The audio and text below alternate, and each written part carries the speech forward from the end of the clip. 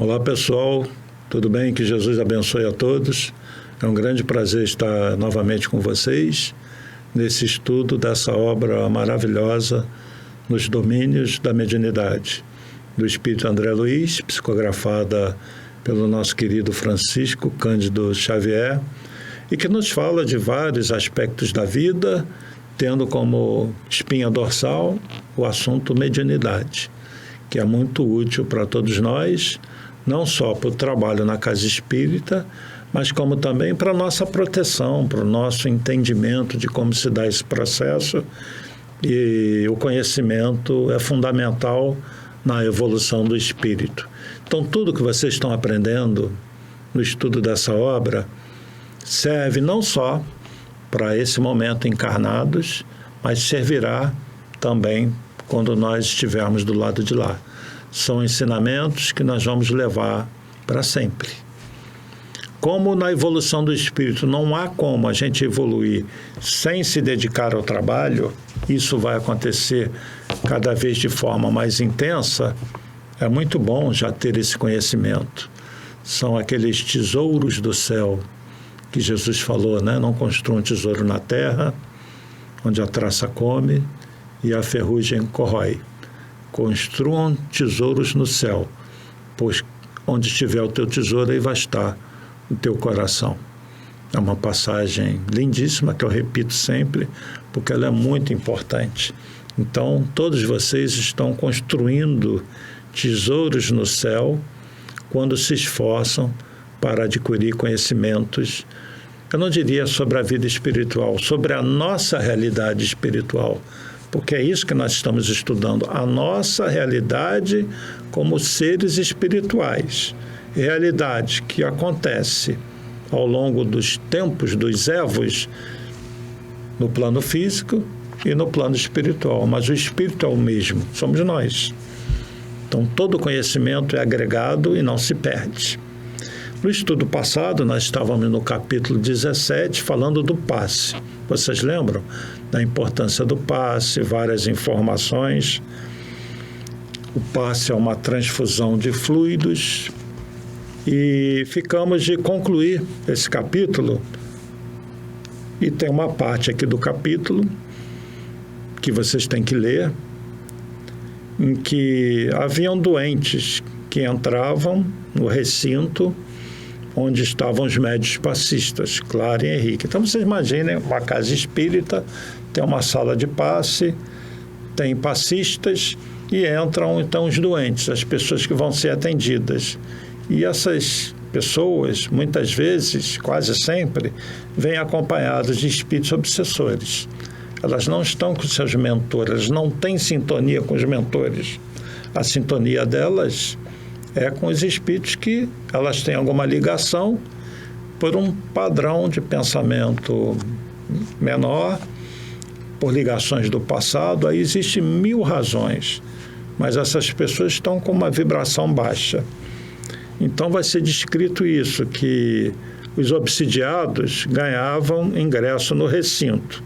Que recinto? Na casa espírita, na sala de passe, acompanhados de frios verdugos, né? Então as pessoas estão lá obsidiadas e vêm os verdugos, os obsessores dela. No passe, André Luiz e Hilário, que são os dois médicos que tinham vivido na Terra, estão junto de Aulos, eles verificam que no menor toque dos médios sobre a região cortical, depressa se desligavam os obsessores. Porém, eles se postavam nas vizinhanças, como que à espera das vítimas. O que acontece? A pessoa vai no processo obsessivo, na casa espírita, e é uma questão de energia, de força, de ascendência moral, elas são desligadas ali. Agora, a pessoa está curada, alguns usam esse encosto, não nós, esse termo, né? Não nós espíritas, o encosto. Foi tirado o encosto, mas é assim que funciona? O obsessor está totalmente afastado? Não. Ele fica só aguardando aquela vítima. Por quê? Porque a pessoa não se modificou. Muitas vezes a pessoa também vai para receber o passe e ela está tão mal que ela é refratária ao passe. Então, aquelas energias como que não conseguissem penetrar nela. Você até consegue um momentâneo desligamento do espírito obsessor, elas têm uma melhora momentânea, mas depois volta. Porque o que tem que acontecer é a quebra da sintonia. Quebra de sintonia só se dá pela mudança do padrão de pensamento. Obsessão, mediunidade, é um processo mente a mente. Como quebrar a ligação? Elevando o padrão de pensamento. Então, eles vão constatar que alguns enfermos não alcançavam a mais leve melhoria. Eles eram refratários ao passe, e vai dizer assim, as irradiações magnéticas não lhes penetravam o veículo orgânico. Recebiam o passe, mas eram refratários.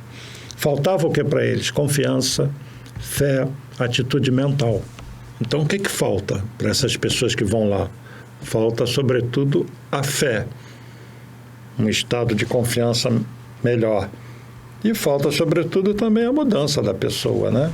Se falta fé, isso já diz tudo. A pessoa está ali muito vulnerável à influência desse espírito obsessor. Então, o Aulus vai dizer assim, que é imprescindível que o candidato apresente uma certa tensão favorável. Isso está entre aspas, é o termo que ele dá. Essa tensão decorre da fé. Não nos reportamos aqui ao fanatismo religioso, nada disso, ou à cegueira da ignorância, mas sim a atitude de segurança íntima. A pessoa tem que ter uma certa confiança, né?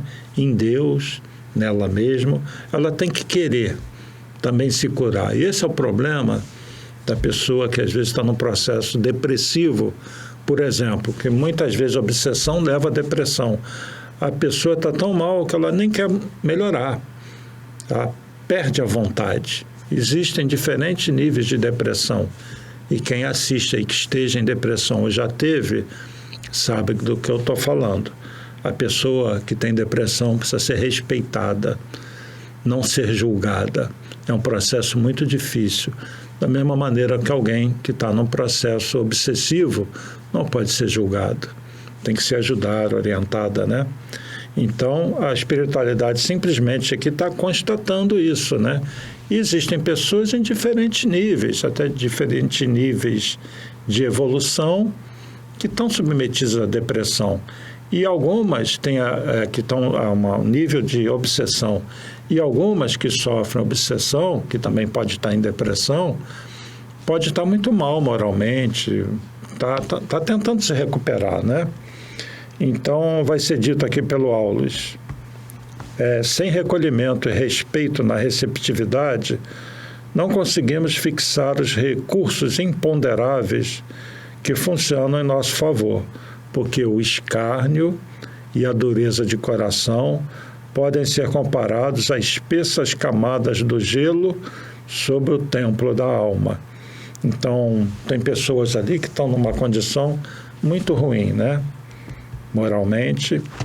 E esse é o objetivo da Casa Espírita, é o objetivo da nossa encarnação, porque qual de nós não está meio doentinho, né? Nós estamos em diferentes níveis.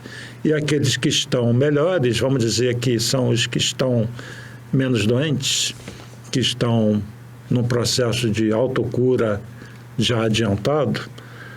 E aí, quando nós formos realmente espíritos regenerados, vivenciando mais plenamente o amor, essa condição de uma vibração menor diminui. E o próprio processo obsessivo, vamos imaginar que no mundo de regeneração, como espíritos muito violentos já foram afastados e as pessoas estão mais propensas ao bem, o que acontece no mundo de regeneração? As influências espirituais passam a ser cada vez mais influências de espíritos elevados.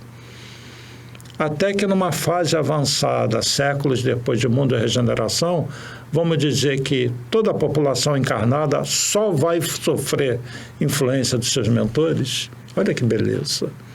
Olha uma visão diferente do mundo de regeneração. Não mais a dor, a ciência terá avançado, nós estaremos cercados de espíritos muito evoluídos que vêm de outros orbes, para elevar o nosso padrão de pensamento, nosso conhecimento, o lado moral, e as influências espirituais serão somente de espíritos elevados. Que beleza, é um paraíso, né? Por isso que aqueles que não vão vivenciar esse mundo de regeneração, os exilados, lembrando daquela fábula que na verdade é uma realidade, esses espíritos vão estar sendo expulsos do paraíso. São os novos Adãos e Evas, não mais os exilados de capela, mas os exilados da terra, que vão viver num mundo onde as mulheres vão parir com dor, onde haverá prantos e ranger de dentes. Esses espíritos se colocaram lá. Não foi Deus que os colocou para os castigar. Mas vamos pensar no nosso futuro próximo de espíritos regenerados. Para atingir essa condição, nós temos que nos blindarmos dos processos obsessivos. De que maneira? Elevando o pensamento. Por isso, dar passe é muito importante, porque você começa a entrar nessa sintonia e você recebe verdadeiros banhos de luz, de boas energias, sempre que você vai na casa espírita para trabalhar. Então, aquele que trabalha, aquele que doa, é o primeiro a receber. E tem um merecimento para isso. E é um processo natural. Mas as pessoas com coração muito endurecido têm dificuldades até de receber o passe. Então, precisam de muito acompanhamento. Se estão num processo depressivo, precisam ser ajudadas. Então, nem sempre a pessoa que busca a cura vai conseguir de uma hora para outra. Ela tem que se esforçar, ela tem que ser incentivada pelos amigos, pelos familiares. E, às vezes, alguém da casa espírita leva aquela pessoa lá porque foi indicada por alguém, ou porque é um conhecido, ou porque é um parente, e essa pessoa tem que policiar. De repente, lembrar, olha, amanhã é dia de ir na casa. E chegou no dia, hoje é dia, não vai faltar. Porque essa pessoa também vai sofrer influências para não ir na casa espírita. Isso acontece com o trabalhador. Ele chega na hora, aparece coisa para fazer, dá aquela preguicinha, qualquer chuva, qualquer coisa, motivo para a pessoa não ir. Porque o próprio trabalhador, muitas vezes, está num processo obsessivo. E é muito importante que os trabalhadores da casa espírita que não estão dando passe, recebam passe. E, às vezes, até quem dá passe, num determinado momento, pedir, dá um passe em mim, o companheiro que é da equipe de passe.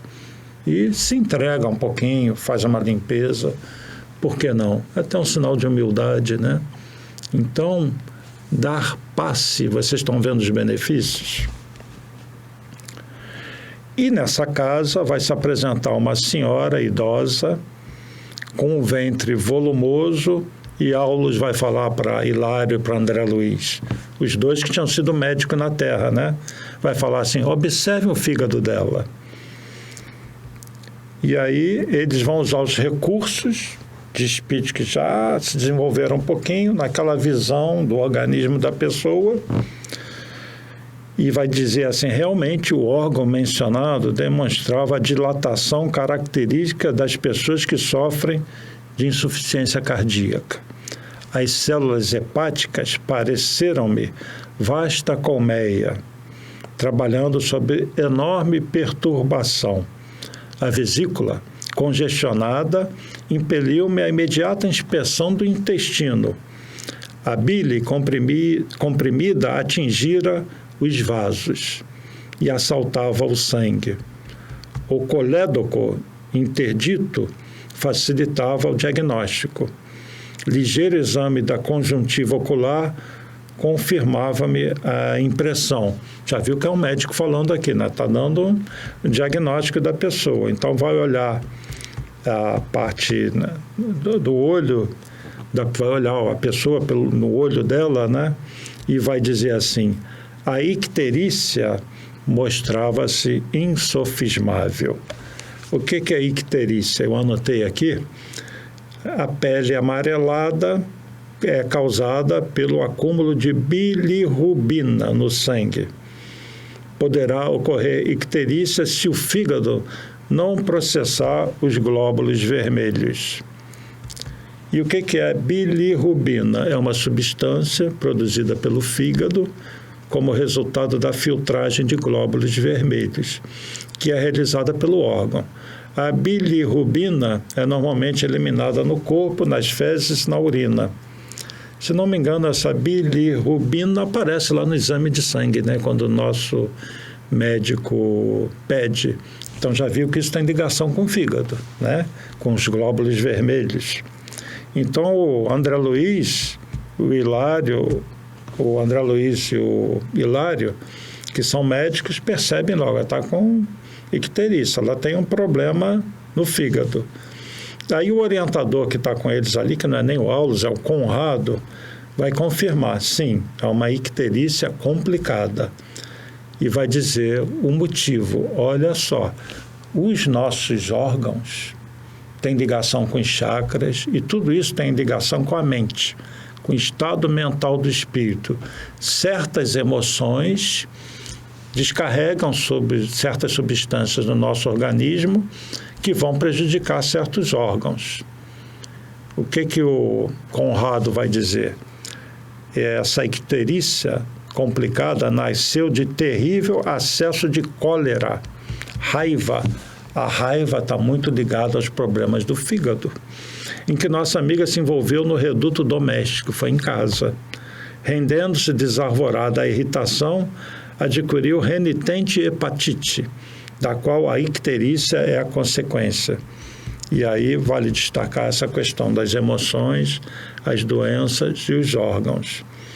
Então, as emoções descontroladas geram problemas. Então, muitas vezes a pessoa vai numa casa espírita com problema de saúde física, que na verdade é um reflexo da atitude mental da pessoa.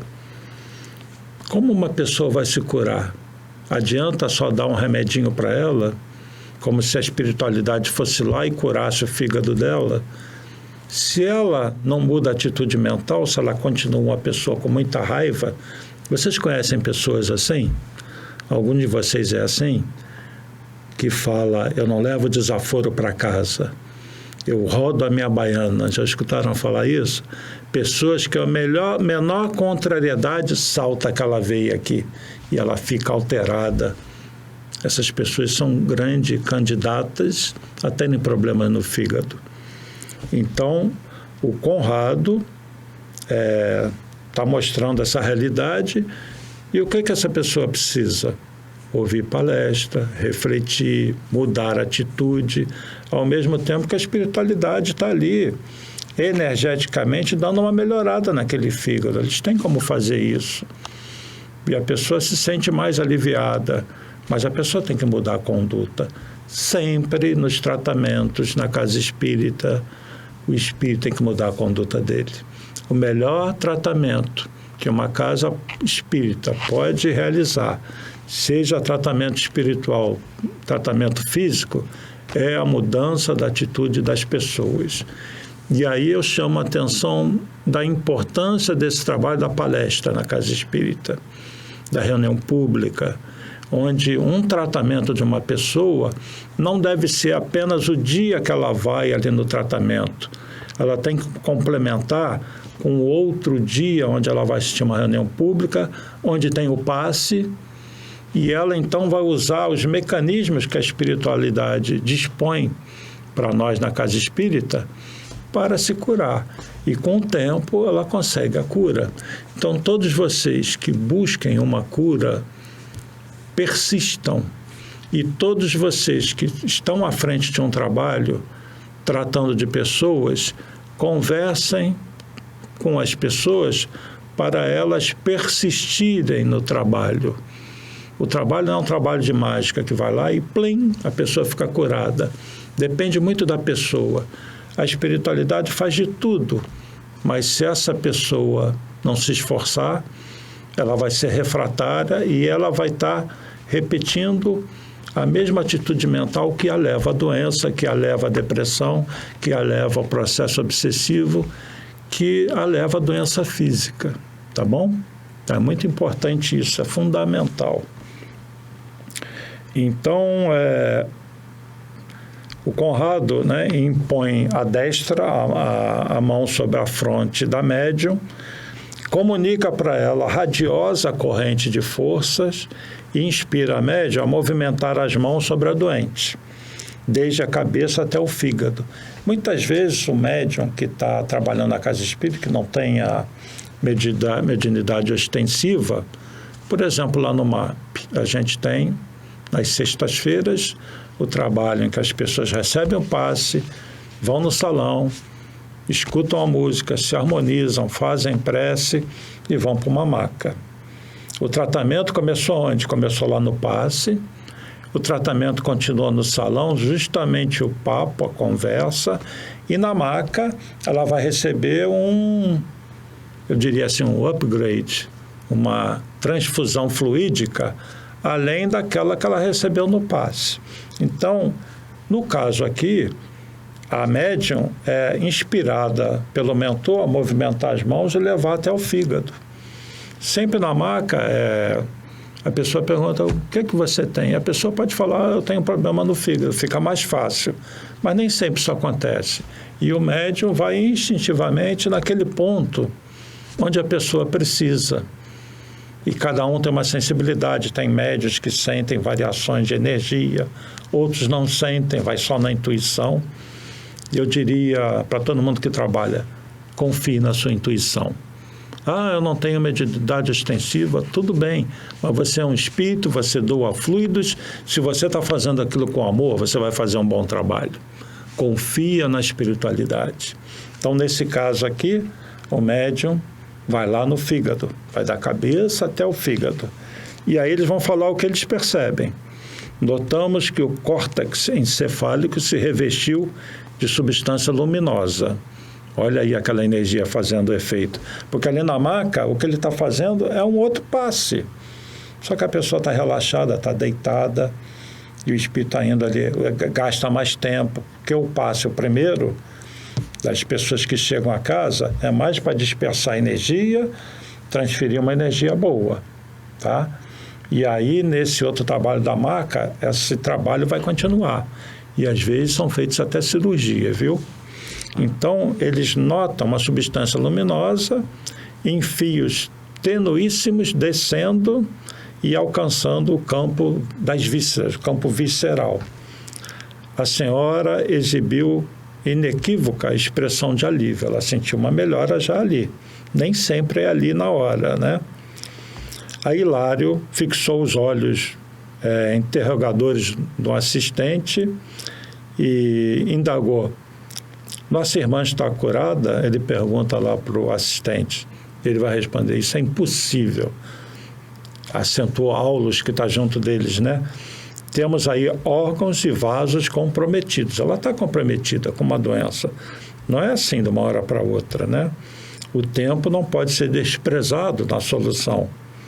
Aí vai perguntar em que base se articula semelhante processo de curar. Aí o Aulus vai responder. O passe é uma transfusão de energias, alterando o campo celular.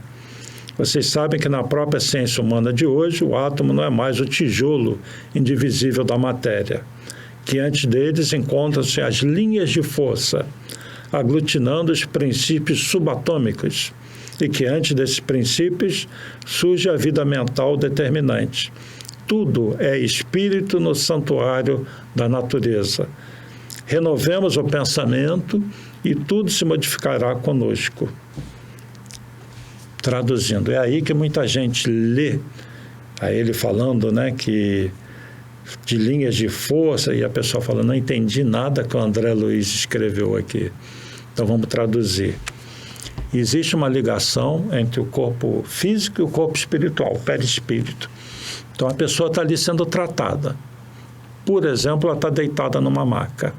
E o corpo espiritual está ali junto. Ela não está dormindo, o corpo espiritual só vai se desdobrar se a pessoa adormecer. Mas ela ali está desperta.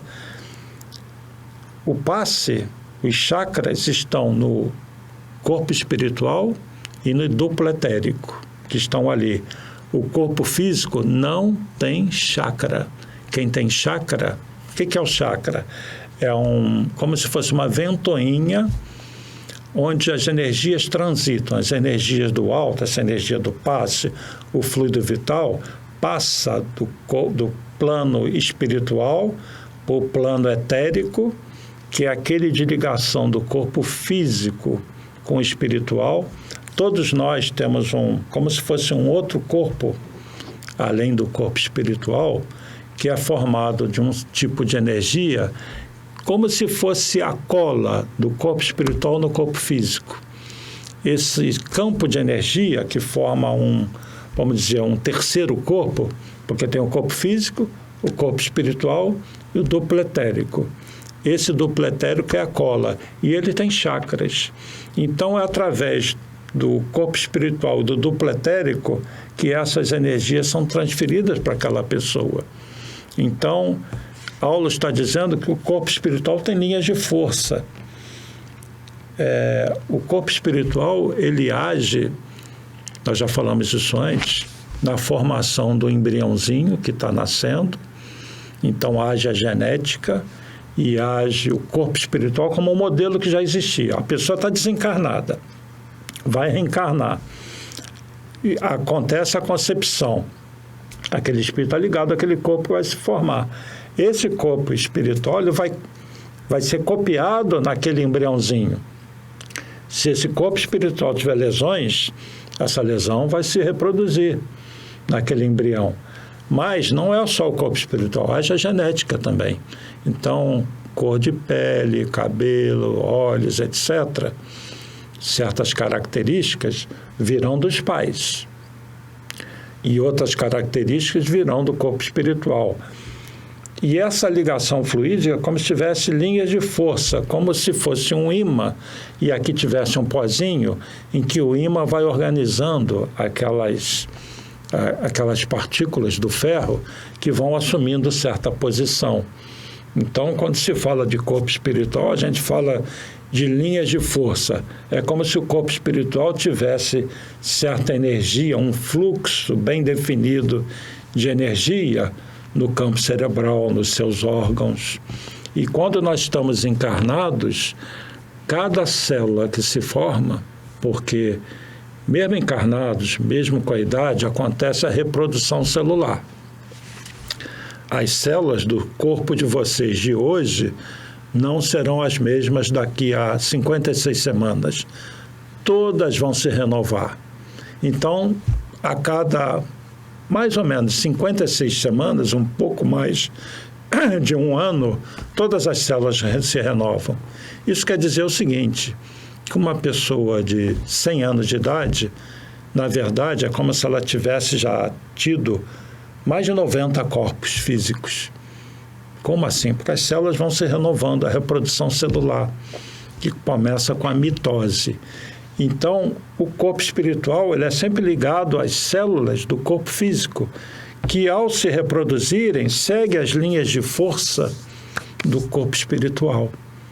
Aquele processo que aconteceu na fecundação de formar o corpo físico, o corpo espiritual continua direcionando as células que vêm através do alimento para os campos energéticos que vão formar os órgãos e aqueles alimentos, aquela matéria que a gente ingere, vai ser direcionada para reconstruir novas células, seguindo as linhas de força do corpo espiritual.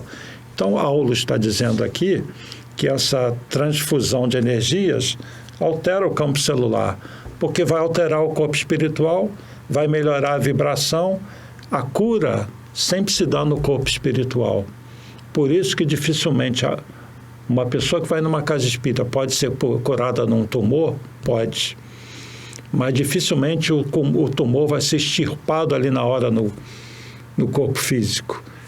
O tumor acontece porque o perispírito está drenando energias.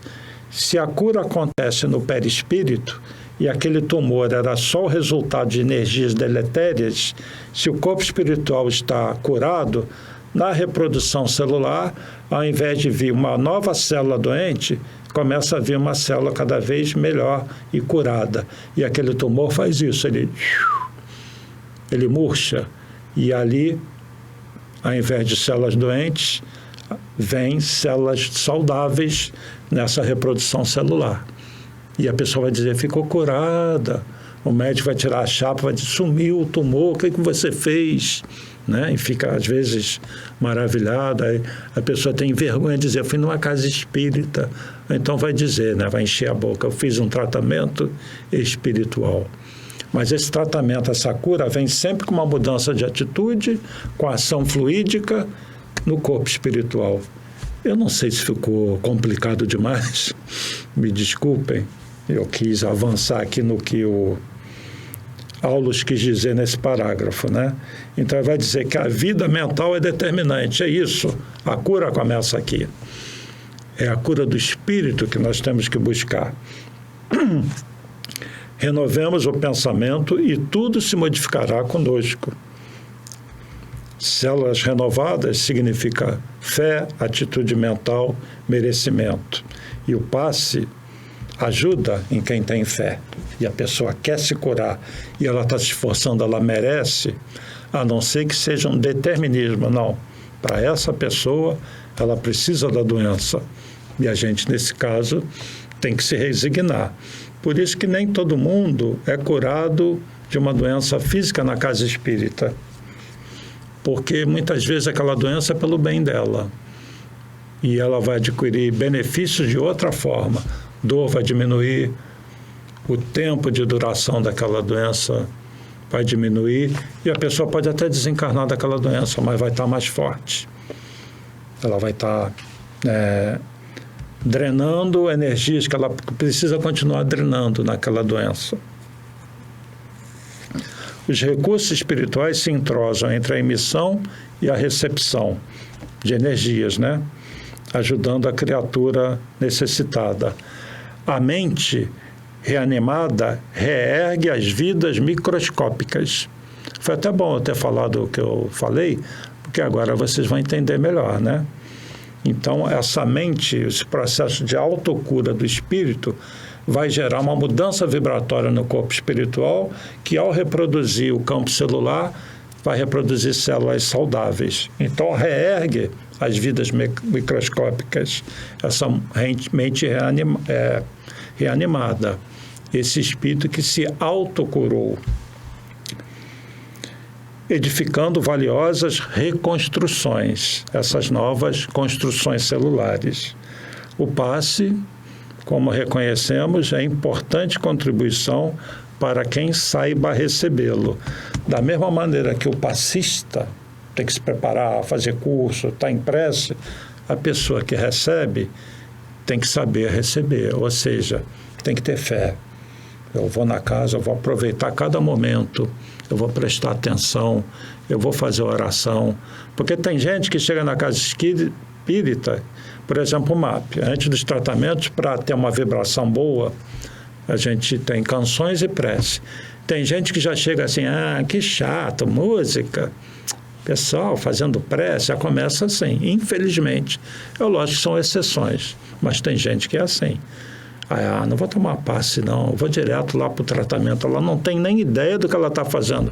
Ao invés de ela ter humildade, se entregar ao trabalho, ela fica resistindo e ela deduz que tal trabalho é o que vai ajudar ela. Quando ela não fixa um determinado médium, não, tem que ir naquele fulano, é ele. E ela não confia na espiritualidade, não confia em outros médiuns. Então, cabe aos trabalhadores orientar as pessoas, confie. Não fica escolhendo A, B, C. Faça o ciclo que tem que fazer. Passe, vai para o salão, faz prece, se prepara, assiste o cara que está falando, vai para a maca e tudo é um conjunto. No fundo, o que importa é a atitude mental daquela pessoa, porque ela pode também fazer tudo e não mudar. Ela não se sensibilizou. Vai ficar curada? Por quê? Porque os espíritos não curaram? Ela não se ajudou, ela não criou as condições fluídicas. Precisa continuar indo até o momento que ela vai se tocar. Ou então ela vai desistir, porque também acontece, não fui curada, a pessoa está com um problema que ela acumulou em 20 anos, ela quer uma vez, 2 vezes, 3 vezes numa casa e ficar curada. Faz sentido? Então, quando a gente tem a visão espiritual das coisas, a gente começa a entender como o ser humano é complicado, né? E como nós mesmos, às vezes, complicamos a nossa situação. Outra pergunta que vai ser feita que é importante. O passe pode ser dispensado à distância? Pode ser dado à distância? Resposta: sim, desde que haja sintonia entre aquele que administra e aquele que o recebe. E por que dar passe à distância? Se a pessoa está com preguiça de ir à casa espírita, nada de dar passe à distância. Mas a pessoa pode estar distante, a pessoa pode estar doente, a pessoa pode estar num estado tão mal, numa depressão, que ela não consegue sair de casa. Mas tem que ter, pelo menos, uma sintonia entre a pessoa. Olha, você vai receber um passe. Nessa hora, fica no seu quarto, por exemplo, de 18 horas, hora de Maria, às 18h30, fica no quarto, bota uma música, bota um copinho d'água, faz prece. Ah, não consigo fazer prece. Bota uma música, pensa pelo menos em Deus, faz uma forcinha para isso. Ela está conectada ao trabalho e a espiritualidade vai estar lá. Quem está aqui na casa, normalmente tem uma ligação com aquela pessoa. E a própria pessoa, que às vezes é um parente, tem um filho, uma irmã, que está lá em depressão, ela vai estar na casa orando por essa pessoa. Ela também ajuda a fazer uma ponte. Não se esqueçam, todos vocês, que vocês são tão espíritos quanto os espíritos que vão na casa. A diferença é só a nível evolutivo. Mas todos nós, todos vocês, têm potenciais da mente que precisam saber usar. Principalmente no momento que está na casa espírita, que está em prece, que essa capacidade sua é potencializada pelos espíritos. Então, muitas vezes, você vai ser o canal para aquela pessoa. Por isso que também nas casas espíritas, lá no MAP, nós fazemos isso, as pessoas botam o nome no papelzinho. Quando você coloca o nome no papelzinho e vai lá para o salão, mentaliza aquele nome, ajuda a espiritualidade, porque eles energeticamente sabem quem é ali, mas a ligação mental é muito importante. Então, não é simplesmente jogar um papelzinho lá e transferir a responsabilidade para os espíritos. Que tal você realizar um trabalho mais profundo, orar por aquela pessoa? E às vezes essa pessoa pode ser um inimigo seu, uma pessoa que quer te prejudicar. Normalmente se coloca o nome para alguém que a gente quer ajudar, né? Vocês colocam por alguém que queira prejudicar vocês? Quem tem alguém assim? Isso é amar os inimigos.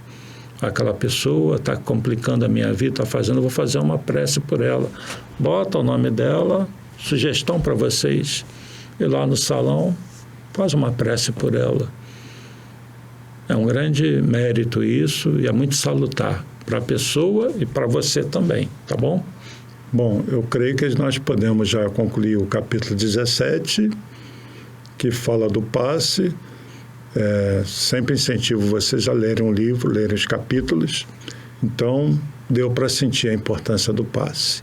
E nós podemos iniciar o capítulo 18, que nós vamos dar continuidade na próxima semana. E esse capítulo fala dos limites que existe da cooperação dos espíritos. E nesse capítulo, não vai dar tempo de falar hoje, que temos aí quase 5 minutos para concluir, um caso de uma mãe que vai na casa espírita e o filho tinha cometido suicídio. A propósito, essa questão do suicídio é muito grave nesse momento do planeta onde os espíritos dos umbrais estão agitados, atacando. Nós tivemos essa situação de pandemia que ainda persiste durante um tempo. É um mundo que está sofrendo muitos abalos, as pessoas estão energeticamente muitas desequilibradas, espiritualmente estão muito desconectadas e algumas sem esperança, sofrem abalos, não se recuperam, problema de relacionamento, decepções, e isso somado às influências levam pessoas ao suicídio. É um problema muito delicado Então, nesse capítulo vai ser mostrado uma mãe que vai à casa e o filho tinha cometido o suicídio. Vai dar a visão sobre isso, que nós vamos ver isso na próxima semana. Mas eu queria dizer para vocês que prestem atenção às pessoas que os cercam, prestem atenção a vocês mesmos, a maneira como vocês lidam com as suas dores, porque cada um encara as suas dores, seus problemas de uma maneira diferente. A mesma situação que uma pessoa sofre, mas encara e consegue viver bem a vida, apesar de dolorida, apesar de às vezes triste, uma outra pessoa vivendo a mesma situação que esse encara, apesar de sofrer, o outro não consegue encarar. E muitas vezes entra num processo depressivo profundo que muitas vezes leva ao suicídio. Então, mais do que nunca, nós temos que prestar muita atenção a essa questão de elevar o padrão de pensamento. Nunca foi tão importante nos ligarmos a Jesus. Todos nós que estamos numa casa espírita, os médiuns em geral, os médiuns ostensivos, os não ostensivos, porque todos são médiuns do ponto de vista da intuição, mais do que nunca tem que se ligar, porque todos assumiram um compromisso com Jesus antes de encarnar. Tenho a certeza disso. Nós somos os trabalhadores da última hora, então temos que policiar muito os nossos pensamentos. Como elevar o padrão de pensamento? Isso é difícil, né? Prece, boas leituras, trabalho, seja o trabalho profissional, que ajuda também, por que não? Mas o trabalho no bem. As casas começam movimentos para abrir suas atividades. Algumas já até abriram. Trabalhe. O passe é um deles. Se você não dá passe, se habilite, vai fazer um curso de passe. Você já fez, mas não estava muito fiel ao passe. Assuma um compromisso. Não, quando a casa voltar, eu vou dar passe, tá? E vá dar passe. Se envolva no trabalho. Esse esforço de ocupação do tempo, de ocupação da mente em coisas úteis, ajuda a elevar o padrão de pensamento e cria uma barreira vibratória contra a influência daqueles que querem prejudicar. Tá bom? Então, nesse capítulo 18, a dona Ambrosina vai continuar os trabalhos, ela vai começar a psicografar, levar mensagens para as pessoas. E os espíritos que estão lá, o Hilário e o André Luiz, vão comentar, né? Por que tantas mensagens? Elas são respostas que dão conforto para essas pessoas, mas elas não se modificam, né? E daí vem todo esse capítulo. Então, sugiro que vocês leiam o capítulo 18 para entrarem no próximo estudo já com uma ideia boa do que se trata. E vamos falar dessa limitação também que a espiritualidade encontra para realizar o trabalho. Procurem ser fortes. Eu sempre procuro forças para mim e procuro também transmitir para as pessoas para encararem suas dores, suas tristezas com força, com fé. Não deixarem de realizar suas atividades. Não deixem o processo depressivo tomar conta. Não abram brechas para obsessores. Evangelho no lar, prece, boas leituras, tomar um sol, exercício físico, uma boa alimentação, coisas simples, e trabalho no bem. Comprometam-se com o trabalho, aproveitem o tempo de vocês, sejam os trabalhadores da última hora. Lembra do que eu falei num outro estudo? Que o importante é encostar a cabeça no travesseiro e dizer para você mesmo: não fiz mal a ninguém, estou de consciência tranquila. Nada melhor do que uma consciência limpa. Mas essa consciência também não vai estar 100% tranquila se você não ajudou as pessoas, porque você tem que se ajudar e tem que estender a mão para o próximo. Isso é da lei. Isso é da lei de progresso, da evolução.